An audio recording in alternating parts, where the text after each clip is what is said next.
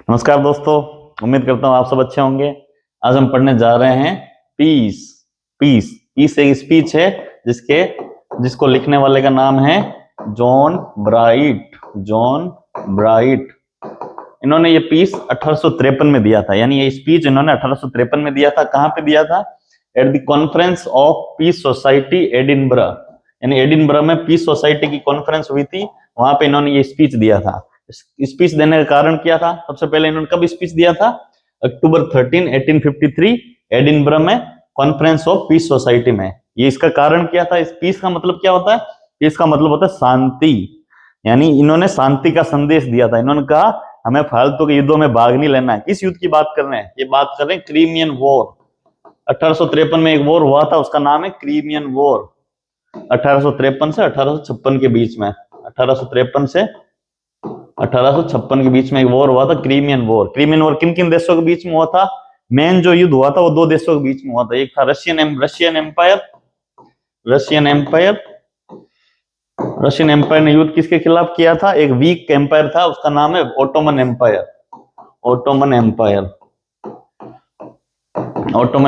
या जिसको अपन आजकल कहते हैं तुर्की। ठीक है, इन रशियन एम्पायर और ओटोमन एम्पायर के बीच में युद्ध हुआ था। तो इंग्लैंड के जो लोग थे, ये जो जॉन ब्राइट है, इंग्लैंड का निवासी है। इंग्लैंड के जो लोग थे या इंग्लैंड की जो सरकार थी वो ओटोमन एम्पायर के पक्ष में थी। वो ओटोमन एम्पायर के पक्ष में युद्ध कर रही थी। इंग्लैंड और फ्रांस, यानी इंग्लैंड, फ्रांस और तुर्की या ओटोमन एम्पायर, जो कि एक ही है। इंग्लैंड, फ्रांस और ओटोमन एम्पायर किसके विरोध में थे? रशियन एम्पायर के विरोध में थे। रशियन एम्पायर क्या चाहता था? रशिया देश, रूस चाहता था कि मैं ओटोमन एम्पायर पे कब्जा कर लूं, क्योंकि इसमें एक वीक, इसमें जो है इसका जो एम्परर था या इसका जो राजा था बहुत ही वीक था। तो रशियन एम्पायर यानी रूस जो है इस पर ओटोमन एम्पायर पर कब्जा करना चाहता था। स्पीच की शुरुआत में ये जॉन ब्राइट साहब कहते हैं, we wish to protest against the maintenance of great armaments in times of peace, यानी हम उस भावना का विरोध करना चाहते हैं जो भावना हथियारों को पीस के टाइम में हथियारों को मेंटेन क्यों किया जाए। यानी जब शांति चल रही हो, जब हमें किसी से युद्ध नहीं करना है, तब हम हथियारों को क्यों मेंटेन करें, क्यों हथियारों पर फालतू का खर्चा करें।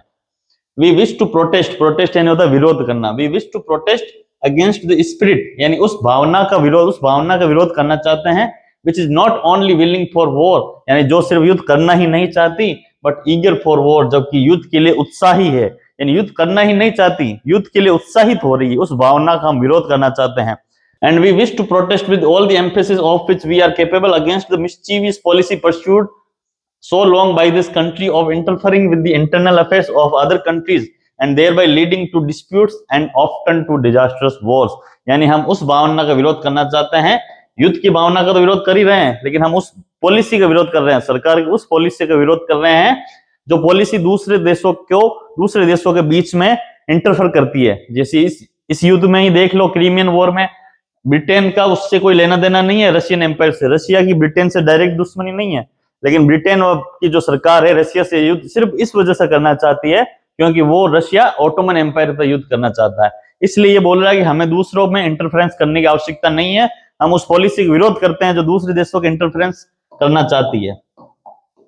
फिर ये बात करता है कि हमारे देश का जो एडमिरल नेपियर है वो कहता है कि हमने इस साल बिल्कुल पैसा खर्च नहीं किया युद्ध के हथियारों में। लेकिन वो बोलता है कैसे युद्ध का पैसा खर्च नहीं किया आपने? ये एक साल में 15 मिलियन रुपए खर्च कर दिए और आप बोल रहे हो मैंने कुछ पैसा खर्च नहीं किया।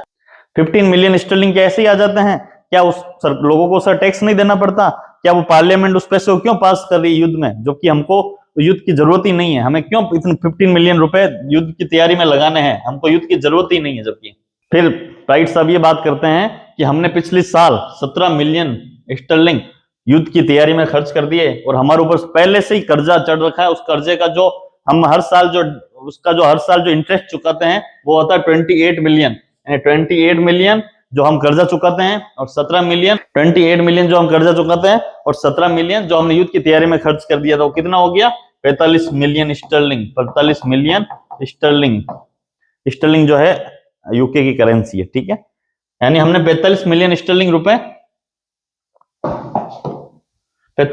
स्टर्लिंग रुपए एक साल में लगा दिए, जबकि इस साल हमने जो एक्सपोर्ट किया है, टोटल एक्सपोर्ट किया 80 मिलियन स्टर्लिंग।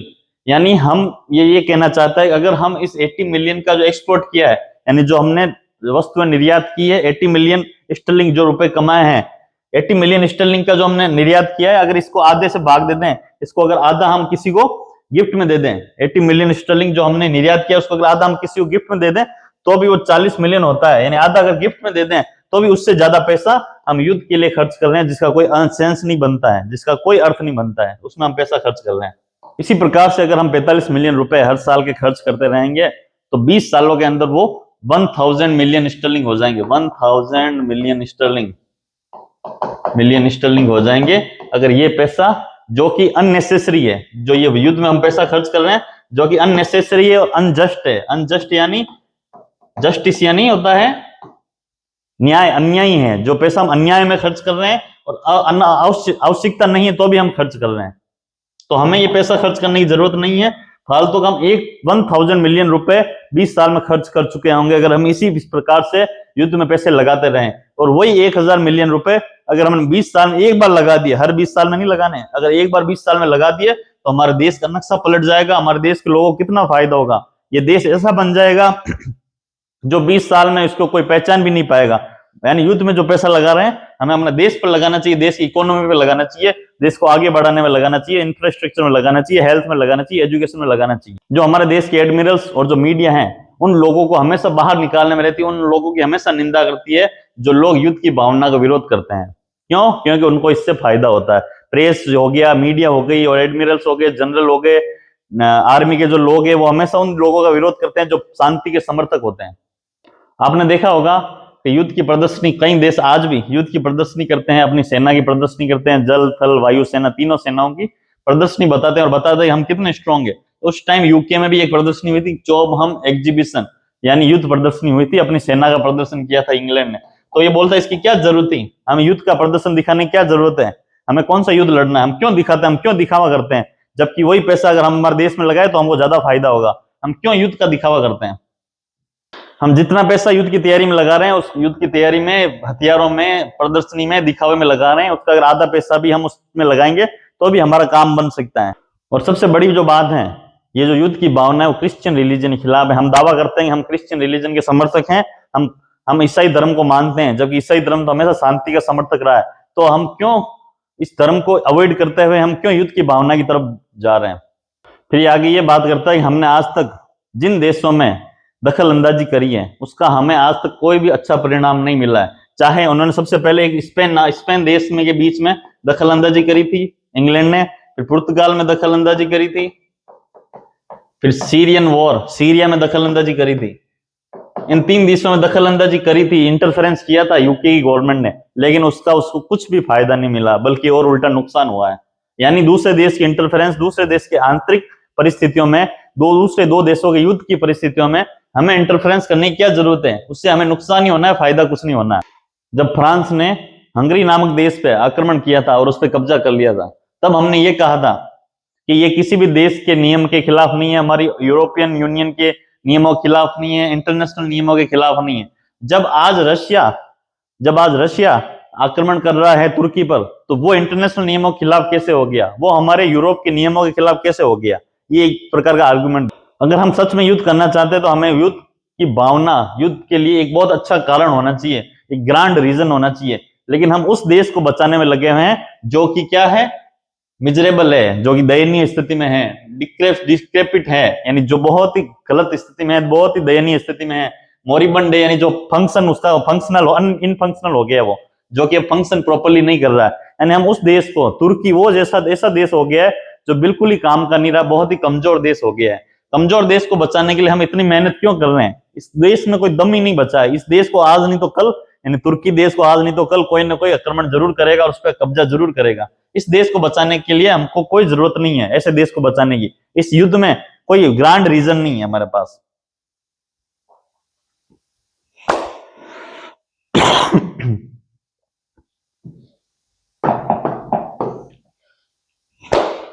कुछ लोग ये कारण बता रहे हैं युद्ध का कि रशिया ने अगर ओटोमन एम्पायर यानी तुर्की पर अगर कब्जा कर लिया तो वो कल को हमें भी परेशान करेगा। कल को हो सकता है कि उसका इन्फ्लुएंस, उसका पावर यूरोप में बहुत ज्यादा बढ़ जाए और वो हमें बहुत ज्यादा परेशान कर जाए। लेकिन ये एक जो डेंजर है, इमेजिनरी डेंजर है, इमेजिनरी यानी काल्पनिक है। ये जो डर है हमारा काल्पनिक डर है। हमको इस काल्पनिक डर से डरने की जरूरत नहीं है। इमेजिनरी डेंजर, काल्पनिक डर है हमको। काल्पनिक डर से डरने की जरूरत नहीं है, ये कोई रियलिटी नहीं है। अगर रशिया ऑलरेडी पावरफुल है, अगर वो टर्की पर आक्रमण करके और पावरफुल बन जाएगा तो वो एक काल्पनिक डर है, वो हमको परेशान नहीं करेगा, हमारा उससे कोई लेना देना नहीं है। और अगर रशिया ने ओटोमन एम्पायर पे कब्जा कर लिया तो ये लोग ये कहते हैं कि इंग्लैंड के जो लोग हैं इंडिया नहीं जा पाएंगे। इंडिया के रास्ते में जो देश आते हैं वहां पे रशिया जो है, तुर्की आता है बीच में, तो रशिया है जो उनको इंडिया नहीं जाने देगा और हमें उसका बहुत बड़ा नुकसान चुकाना पड़ेगा। जबकि वो मिथ है, ये इमेजिनरी डेंजर है, काल्पनिक डर है, ये इसमें सच्चाई बिल्कुल नहीं है। कुछ लोग तो यहां तक कहते हैं कि रशिया जो है इंडिया पर कब्जा कर लेगा, रशिया जो है धीरे धीरे इंडिया पर भी कब्जा कर लेगा, लेकिन वो इमेजिनरी चीज है, वो एक्चुअल में चीज नहीं है।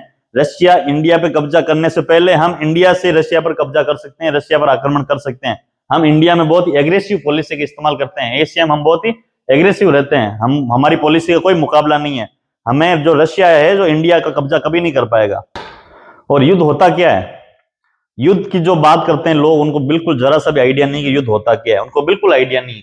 युद्ध जो होता है क्या होता है इसमें देखना, combination and concentration of all the horrors, atrocities, crimes and sufferings of which human nature on this globe is capable। और जो है अत्याचार, क्राइम्स और सफरिंग का कॉम्बिनेशन है, यानी बहुत ही भयानक स्थिति है, जितनी इससे ज्यादा भयानक स्थिति इंसान कभी पैदा नहीं कर सकता। यानी युद्ध सबसे भयानक स्थिति है। युद्ध जो है किसको जन्म देता है, सफरिंग को जन्म देता है, क्राइम्स को जन्म देता है, एट्रोसिटीज को जन्म देता है। और अगर आपको मालूम हो तो पिछले कुछ समय में रेलवे स्टॉक 20-20% से गिर चुके हैं, दूसरी कंपनियों के स्टॉक से 20-20% गिर चुके हैं, और अभी तो सिर्फ युद्ध की अफवाह उड़ी है। यानी युद्ध की अफवाह से अगर 20% लॉस हो सकता है, तो सोचो अगर युद्ध आ जाए, युद्ध हो जाए, तो स्टॉक्स मार्केट की क्या स्थिति होगी, इकोनॉमी की क्या स्थिति होती, लोगों की क्या स्थिति होगी। सोचिए, अगर युद्ध होता है तो जो युद्ध के अंदर हमारे जो देश हैं उतनी ही बहादुरी, हमारे देश के जो लोग हैं बहादुरी से लड़ेंगे। इसमें उससे क्या होगा, लोगों को जो सैनिक जो उसमें मारे गए हैं, जो शहीद हो चुके हैं, उनको टाइटल्स दिए जाएंगे, उनको पेंशन्स दी जाएगी, उनके मार्बल मॉन्यूमेंट्स बनाए जाएंगे। पर ये सोचो, what becomes of you and your country and your children. लेकिन ये सोचो कि तुम्हारा क्या होगा, तुम्हारे देश का क्या होगा, तुम्हारे बच्चों के भविष्य का क्या होगा। युद्ध जो है इस परिस्थिति का हल नहीं है। युद्ध कभी भी किसी भी परिस्थिति का हल नहीं होता है, शांति हर परिस्थिति का हल होती है। ये हमारे जॉन ब्राइट साहब कहना चाहते हैं, मैं नहीं कह रहा हूं, जॉन ब्राइट साहब कह रहे हैं। आप सब ये बात करते हो कि हम एक ईसाई देश का समूह है, हमारा जो देश है क्रिश्चियन रिलीजन पे बेस्ड देश है, लेकिन क्रिश्चियन रिलीजन यानी ईसाई मसीह हमेशा शांति की बात करते हैं। उनके हर पैसाज उनके द्वारा लिखी गई या बाइबल जो है उसके हर पैसाज में शांति की बात होती है। लेकिन आप बोलते तो हो कि मैं क्रिश्चियन धर्म को मानता हूं, लेकिन क्या रियलिटी में आप क्रिश्चियन धर्म को मानते हो, या आप सिर्फ दिखावा कर रहे हो कि हम क्रिश्चियन धर्म को मानते हैं। इस प्रकार से ये स्पीच खत्म होता है। अंत में जॉन ब्राइट साहब कहते हैं कि मैं उम्मीद करता हूं कि एक समय ऐसा आएगा जब कोई भी दो देश आपस में तलवार नहीं उठाएंगे। एक समय ऐसा आएगा जब कोई भी दो देश आपस में तलवार नहीं उठाएंगे और युद्ध नाम की चीज का कभी नाम भी नहीं लेंगे। Thank you very much, all the very best.